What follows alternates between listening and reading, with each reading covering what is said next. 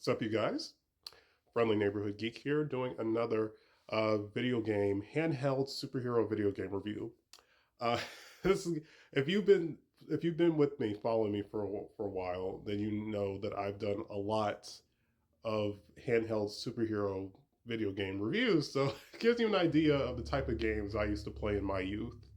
Um, so today we're going to be talking about, I would say this is an underrated gem. This is a game I could go back and play, and after I do this review, I might go back and play this game all the way through. Green Lantern, Rise of the Manhunters. Yes, this was published by Warner Brothers Games. This came out June 7th of 2011. Wow, I remember when this game came out because I got it around the time it came out. This was developed by my favorite handheld development studio, Kryptonite Games, who I believe they're defunct, or maybe they changed their name. I'm not entirely sure, but I loved this era of Kryptonite when they made a lot of the handheld superhero games, and I think they even made like some games in the Assassin's Creed series, like for the DS or something. They made a game. They made an RPG of Percy Jackson, the Lightning Thief, which I may or may not have did a video on. I'm not entirely sure. But the fact that Percy Jackson got a video game based off the movie, which wasn't well received, but the game was, and the game, had a very long storyline, which was really cool. Um, but yeah, yes. So, boy, in case you weren't aware, Green Lantern came out. I'm assuming it came out in 2011, starring Ryan Reynolds as Hal Jordan, one of the most well-known and most popular versions of the Green Lantern character. The movie didn't do so well, unfortunately. I wouldn't say it wasn't Ryan Reynolds' fault. It was the writers and all the other stuff that went into that movie. um, but I would say he redeemed himself with Deadpool. I think we all could say that. Um, well, like I said, I haven't seen the movie in almost a decade. I'm sure, because I can watch bad movies, especially bad superhero movies. I'm sure I'll probably watch it again at some point. Um, I do know the new Superman. If you haven't seen the trailer, Green Lantern will appear in the new Superman, played by Nathan Fillion, which will be the Guy Gardner Green Lantern, who I really like. And I believe the actor who played, excuse me, Mufasa in the new Lion King movie, I believe he's going to be the new John Stewart Green Lantern. I'm not sure if he's going to have his own movie or if he's going to be a Superman. I think he's going to have his own movie. I'm not entirely sure. So that would be really cool. So it seems like they're trying to have Green Lantern make a comeback. Of course, there's animated movies, Justice League Unlimited TV show, which is mostly focused on the John Stewart, so the Black Green Lantern, which was really cool, played by one of my favorite voice actors, Bill Lamar. Uh, excuse me. There was an animated series, Green Lantern animated series, maybe like around 2012, 2013, maybe, where Josh Keaton, who is a very well-known Spider-Man voice actor, who played Spider-Man, Spectacular Spider-Man, Josh Keaton played Hal Jordan in that animated series. It only had maybe like 2 seasons. It was really good. It got canceled. Damn. But I recommend that show, and I recommend the animated movies, Green Lantern movies, if you're interested.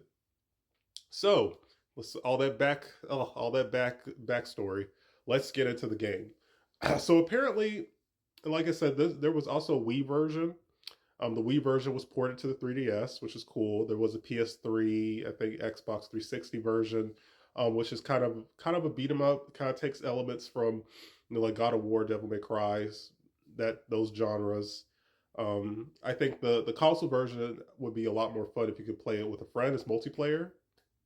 Um, like I said, I grew up with the DS version. The DS version is the one I like, etc., etc. So apparently this is supposed to be like a sequel to the movie, but some of the story elements feels like it could take place like during the events of the movie, or maybe this is like a split timeline from the movie, however you want to look at it. So of course, Hal, our main character, he is a new Lantern. He goes to, I believe, Oa, which is the Green Lantern's sector, homeworld, planet, whatever. And he's being taught how to, use his powers, and he's now like the new Lantern who oversees Earth's, I guess, solar system or something. So we meet all the other Lantern characters who are veterans at that point. We do get a little tutorial section. Again, the character models in this game really charming. The aesthetic really charming. The soundtrack is solid. I love, like I said, I love the graphics. Like Kryptonite always had a certain way.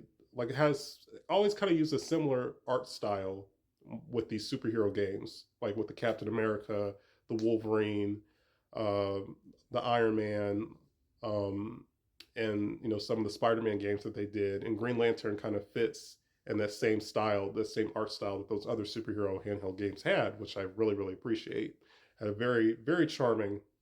Those games had a very charming art style. So, like I said, they're training, and the Manhunters show up.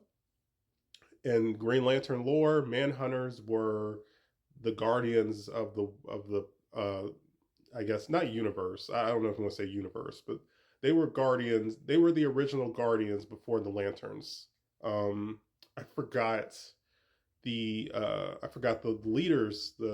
There's these certain characters, kind of like with Transformers, how they have the primes who are the leaders of the planet, so to speak, guardians of the planet.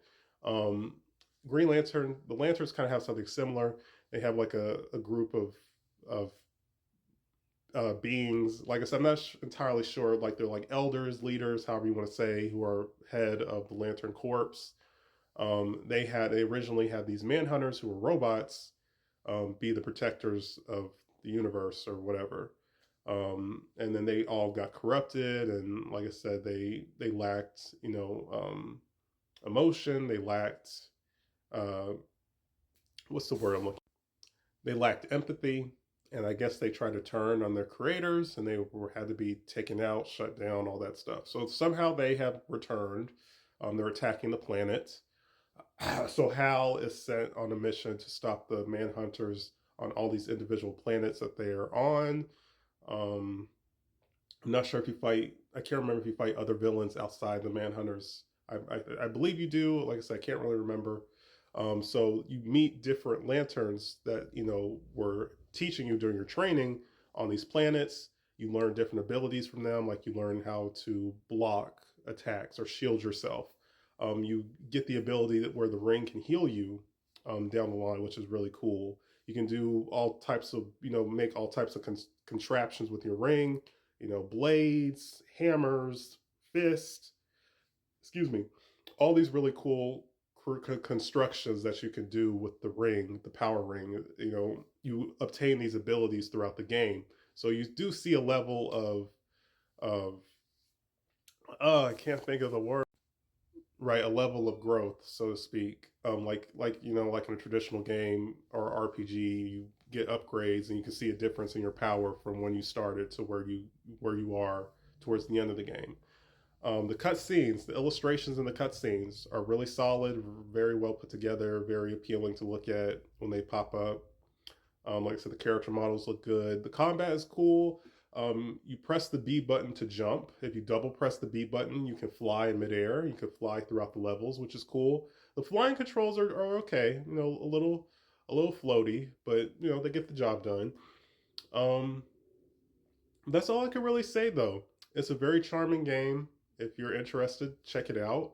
My only gripe, honestly, is that there's no bonus content, no unlockables like with the previous superhero games.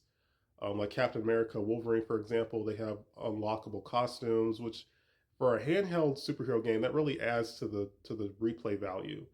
Like it would have been nice if you could play, even if they're just like skins. You could have played as, like I said, the Guy Gardner Lantern, the Kyle Rayner Green Lantern, the John Stewart Green Lantern, the original Lantern, Alan Scott. Like it would have been really cool, or maybe play as Hal in a different outfit or something. That would have been really cool. Kind of a bummer that that wasn't they didn't put that in the game.